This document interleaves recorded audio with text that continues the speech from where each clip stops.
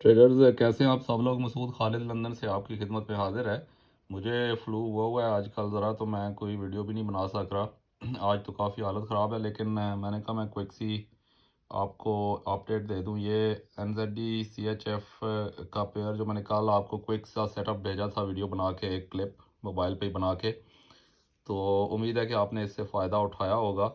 उस वक्त कल जो है, ये जो ग्रीन सी कैंडल नज़र आ रही है, उस वक्त ये यहाँ पे था जब मैंने ये आपकी तरफ वीडियो बना के क्लिप भेजा था, और मैंने सारा उसमें एक्सप्लेन किया था। तो आप अब ये देखेंगे इस वक्त ये यहाँ पे मौजूद है। तो मुझे उम्मीद है कि आपने इससे ज़रूर फ़ायदा उठाया होगा अगर आपने इसको मॉनिटर किया है तो।